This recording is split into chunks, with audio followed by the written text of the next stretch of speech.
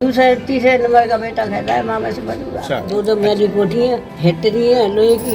परिवार सामर्थ्य बहुत पैसे वाले हैं। और मैंने कभी एक पैसा नहीं मांगा, न वो देते थे। दवाई अपने पास में मंगाते थे।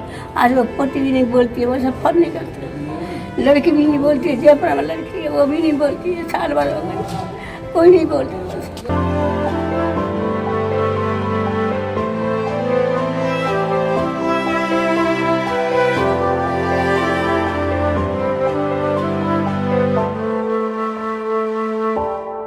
नमस्कार, मैं हूं विनीता और आप देख रहे हैं प्रातः दर्पण न्यूज। उत्तर प्रदेश के आगरा में अरबपति की पत्नी वृद्धाश्रम में रहने को मजबूर है। बुजुर्ग महिला के 4 बेटे हैं। बेटों के पास माता पिता की दी हुई करोड़ों की संपत्ति है, लेकिन कोई बेटा और बहू बुजुर्ग मां को अपने साथ रखने को तैयार नहीं है। जिस आंचल में दूध पीकर बेटे बड़े हुए, उस मां के आंचल से बेटों और बहुओं को बदबू आती है। बेटे मां को दुत्कारते हैं तो बहुत बुजुर्ग हो चुकी विद्या देवी को यमुना नदी में फेंक देने की बात कहते हैं। कहानी आगरा में नामचीन आंखों के अस्पताल के संस्थापक रहे गोपी चंद्र अग्रवाल की पत्नी विद्या देवी का है। गोपी चंद्र अग्रवाल की गिनती शहर के अरबपतियों में होती थी। विद्या देवी आलिशान कोठी में रहती थी। 4 बेटों का भरण पोषण करती थी। बेटों की हर जिद पूरी करती थी। इस बीच 13 साल पहले गोपी चंद अग्रवाल दुनिया से चल बसे। विद्या देवी ने एक एक कर बेटों की शादी कर दी। अपने घर से विदा होकर बहुएं विद्या देवी के घर में आईं। बस यही से विद्या देवी के जीवन ने करवट लेनी शुरू कर दी। बेटों ने एक एक कर प्रॉपर्टी का बंटवारा कर लिया। बूढ़ी माँ को दबाव में लेकर सारी प्रॉपर्टी अपने अपने नाम कर ली। बात जब माँ को साथ रखने की आई तो माँ पहले बड़े बेटे के साथ रहने लगी। कुछ दिन बाद हालात बिगड़े।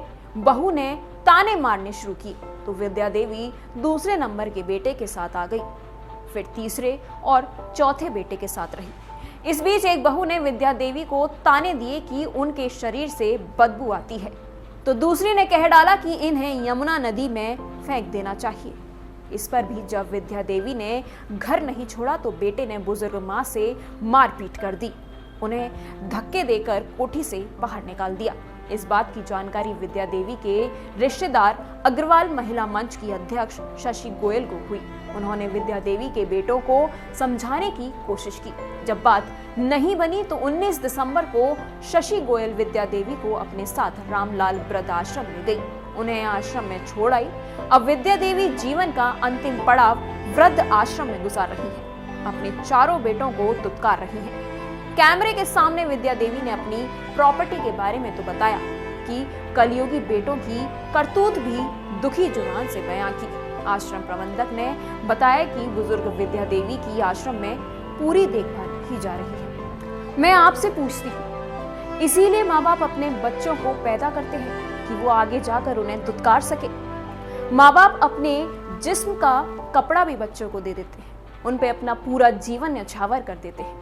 क्या इसीलिए कि वो उन्हें अपने घर से बाहर निकाल सके और माँ बूढ़ी माँ को वृद्ध आश्रम में रहने को मजबूर कर सके? प्लीज बताइए हमारे इस कमेंट बॉक्स में। कभी रोटी नहीं खाई बेटों के घर पे। एक बेटा के संग रहती बड़े के, उसकी बहू मर गई। 4 बच्चे छोड़ गई। मेरे को पाले। लड़की की शादी करी, 6 लाख रुपए दिए, 15 तोले सोना दिया। लड़की की पोती की शादी करी। आज वो पोती भी नहीं बोलती है, वो सब फोन नहीं करती। लड़की भी नहीं बोलती है, जयपुरा में लड़की है वो भी नहीं बोलती है। साल भर हो गई, कोई नहीं बोलती। बेटा जो कहता है इसमें बदबू आती है माँ में। हाँ, और बहू जो कहती थी कि उग्रवादी है, आतंकवादी है, हमको मारती है। एक बेटा कहता है कि 4 तो खाली है, हमको भी खाएगी। तो जब इतनी बात कही तो मैं चुपचाप घर से निकल के चली आई। खुदा रखा था, बहू बीमार रहती है, कुछ हो गया तो मुझे कल करेगा। और बहुत बड़ी हालत खराब कर दी। जब मैं मजबूरी में वृंदावन चली गई अकेली, तो वृंदावन से फिर 5 महीना पीछे आई हूँ। जब यहाँ आई हूँ। कैसा लगता है एक बेटे को जब पाला आपने? उसको मैंने 9 बच्चे पाले। 4 बहू छोड़ गई, वो पाले, उनकी शादी करी और 5 बड़े पाले। वही बेटा कह रहा है कि माँ से बदबू आती है। जिस बेटे को आपने पाला, दूसरे तीसरे नंबर का बेटा कहता है मामा से बदबू आती है। सब बेईमान है, सब झूठा है, सब बदमाश है, बहुत बदमाश है। अभी अगर वो दोबारा अब लेने आते हैं तो क्या जाएंगे उनके साथ? मैंने उसके घर, किसी के घर नहीं जाऊंगी।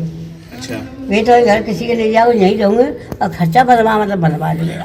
कोई जब से अम्मा यहाँ आई है किसी बच्चे ने संपर्क किया हो ले आने का नहीं, प्रयास किया हो? किसी ने कोई संपर्क नहीं किया और हमने खबर भी भेजी, क्योंकि पहला प्रयास हमारा होता है। हमने 3500 लोगों का समझौता करा के उनके घर भेजा है।